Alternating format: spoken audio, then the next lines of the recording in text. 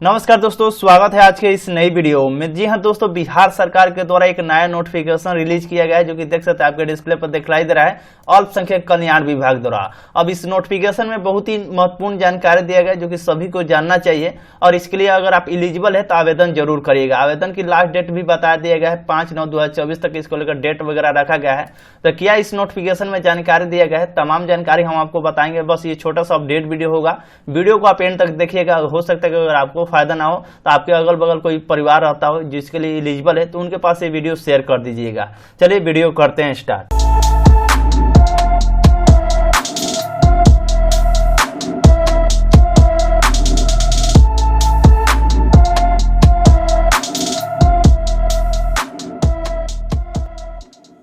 तो फाइनली दोस्तों देख सकते हैं आपके डिस्प्ले पर ऑफिशियली नोटिफिकेशन दिखलाई दे रहा है जो कि आज ही के डेट में, यानी कि जब हम वीडियो बना रहे हैं आज का डेट है 7 अगस्त 2024। आज ही के डेट में ये नोटिफिकेशन रिलीज किया गया है जो कि अल्पसंख्यक कल्याण विभाग द्वारा ये नोटिफिकेशन रिलीज किया गया। इस नोटिफिकेशन को बारीकी से आप समझिएगा किनको आप इसका लाभ मिलेगा, क्योंकि वीडियो को आप एंड तक देखते नहीं और बीच में कमेंट करने लग जाते हैं, क्योंकि आपको आधा अधूरा ही जानकारी मिल पाता है। तो इसीलिए हम आपको बार बार बोलते हैं वीडियो को एंड तक देखिएगा। अब इसमें चलिए मुद्दा क्या है, क्या बताया गया है, किनको लाभ मिलेगा। इसमें बोला गया बिहार में निवासित अल्पसंख्यक, यानी कि जैसे कि मुस्लिम कैटेगरी से आ जाते हैं, सिख कैटेगरी से आते हैं, ईसाई, बौद्ध, जैन, पारसी, यानी कि उसी को बोलते हैं अल्पसंख्यक समुदाय से। मतलब अल्पसंख्यक समुदाय में इतने मतलब धर्म से आ जाते हैं, जैसे मुस्लिम हो गया, सिख, ईसाई, बौद्ध, जैन, पारसी के छात्रों के लिए संचालित आवासीय विद्यालयों में यानी कि सत्र 24-25 में नामांकन के लिए आवश्यक सूचना जारी किया गया। यानी कि इसको लेकर एडमिशन कराने को लेकर ये नोटिफिकेशन जारी किया गया। अगर आप इस मतलब समुदाय से आते हैं, मुस्लिम, सिख, ईसाई, बौद्ध, जैन, पारसी समुदाय से, तो आप इसके लिए एलिजिबल है, आवेदन कर सकते हैं। बात करते हैं अपन बिहार में सभी जिलों में मतलब चलाया नहीं जा रहा है, बल्कि बिहार के 2 ही जिले में जो कि किशनगंज और दरभंगा जिले में आवासीय विद्यालय में क्लास 9 से लेकर 11वीं नामांकन के लिए सूचना जारी किया है। यानी कि 2 जिले में चलाया जाता है, किशनगंज और दरभंगा में जो कि आवासीय विद्यालय, उसमें यानी क्लास 9वीं और 11वीं नामांकन को लेकर एक ऑफिशियल सूचना जारी किया गया है। नामांकन हेतु आवश्यक सूचना क्या दिया गया है, तो निःशुल्क नामांकन होता है। इसमें आपको किसी प्रकार का 1 भी रुपया नहीं देना है, बल्कि आपको निःशुल्क नामांकन होता है। रहने खाने का भी निःशुल्क सुविधा रहता है और पढ़ने का भी निःशुल्क सुविधा रहता है, जो कि देख सकते हैं। आवेदन का अंतिम तिथि 5/9/2024 से मतलब इसका रखा गया है। तो अगर आप एलिजिबल है तो आवेदन जरूर करिएगा।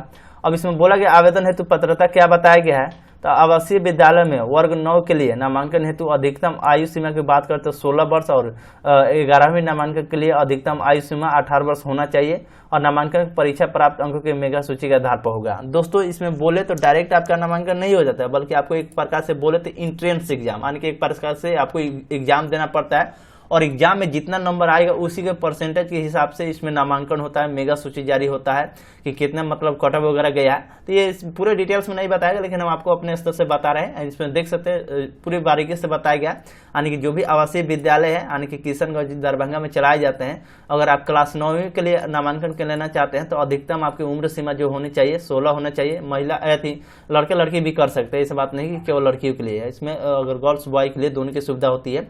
यानी कि अधिकतम आयु सीमा 16 वर्ष होना चाहिए क्लास 9 में एडमिशन कराएंगे तो, वहीं में अगर आप 11वीं में कराएंगे तो आपका 18 वर्ष होना चाहिए।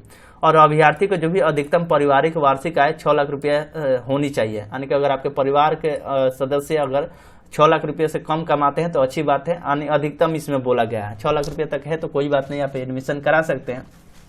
अब आपको विशेषता क्या मिल जाता है, प्रमुख विशेषता के बारे में बताया गया, तो ये भी आपको समझ लेना है। बताया गया अल्पसंख्यक समुदाय के प्रतिभावना विद्यार्थी को चयनित कर उनके स्वर्गीय विकास हेतु उन्हें मानसिक, शारीरिक, सामाजिक एवं भावनात्मक रूप से सक्षम बनाने के उद्देश्य से इसको शुरुआत भी किया गया है। बताया गया 9वीं से 12वीं तक की पढ़ाई का उत्तम व्यवस्था रखा गया। अगर आप क्लास 9वीं से लेकर 12वीं तक की पढ़ाई करना चाहते हैं तो अच्छी व्यवस्था है इसमें, यानी 9वीं से 12वीं तक की पढ़ाई के लिए उत्तम व्यवस्था है। आवासीय विद्यालय में छात्र छात्राओं को निःशुल्क यानी कि फ्री में नामांकन के साथ साथ फ्री में आवासन यानी कि रहना, भोजन, कपड़ा वगैरह दिया जाता है। दवा का भी व्यवस्था होता है, पढ़ने के लिए किताब वगैरह भी आपको मुफ्त में दिया जाता है, आदि के और भी बहुत सारी सुविधा आपको उसमें दिए जाते हैं।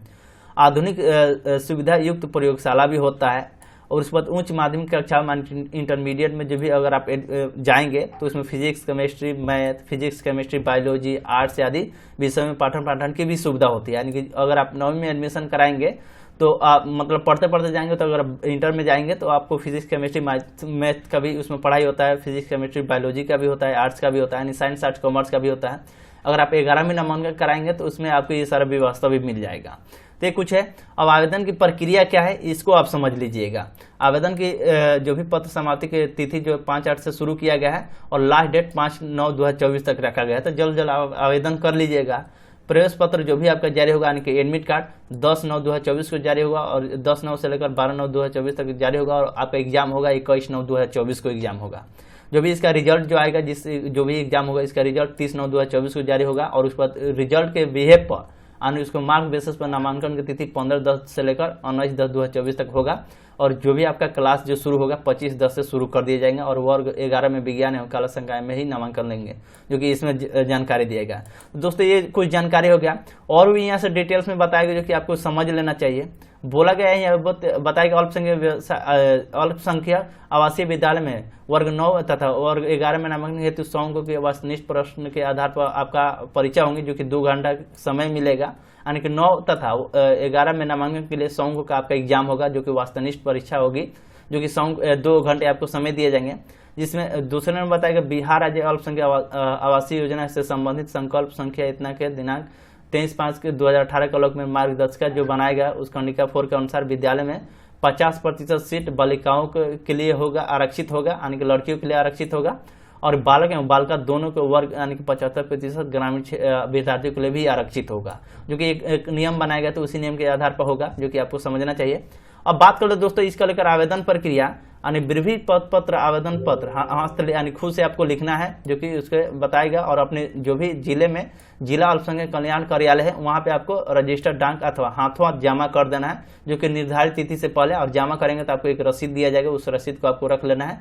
वर्ग 9 में नामांकन के लिए प्रपत्र संख्या आपको 1 भरना होगा और वहीं पर अगर आप 11वें नामांकन लेंगे तो प्रपत्र संख्या 2 आपको भरना पड़ेगा, जो कि इसका जो भी फॉर्म है इस वेबसाइट से आप डाउनलोड कर सकते हैं। दोस्तों हमने वेबसाइट को ओपन करने की पूरी कोशिश की है लेकिन ओपन नहीं हो रहा है। अब एक बार ये अपने मोबाइल फोन में डायल करिएगा www.minority-welfare.bihar.nic.in करेंगे तो आपको जो भी इसका फॉर्म है वो आपको मिल जाएगा। नहीं तो अपने जिले में जाएंगे तो वहां से भी हो सकता है कि मिल जाए, लेकिन तो अभी बताया तो नहीं गया, लेकिन आप अपने जिले में भी जाकर मतलब चेक वगैरह कर सकते हैं कि सर हमको एडमिशन कराना है, उसको लेकर फॉर्म चाहिए। फॉर्म इसका ऑफिशियली वेबसाइट से डाउनलोड नहीं हो रहा है, हमें डाउनलोड करने नहीं आ रहा है या वेबसाइट नहीं ओपन हो रहा है, तो अब एक बार ट्राई कर लीजिएगा। अपने जिले में जाकर अल्पसंख्यक कल्याण कार्यालय जो है वहां से भी संपर्क कर सकते हैं। तो कुछ यही बेसिक जानकारी था दोस्तों। वीडियो आपको यूजफुल लगा हो तो लाइक कर दीजिए, अपने दोस्तों में शेयर करिए ताकि सभी को मालूम चल सके।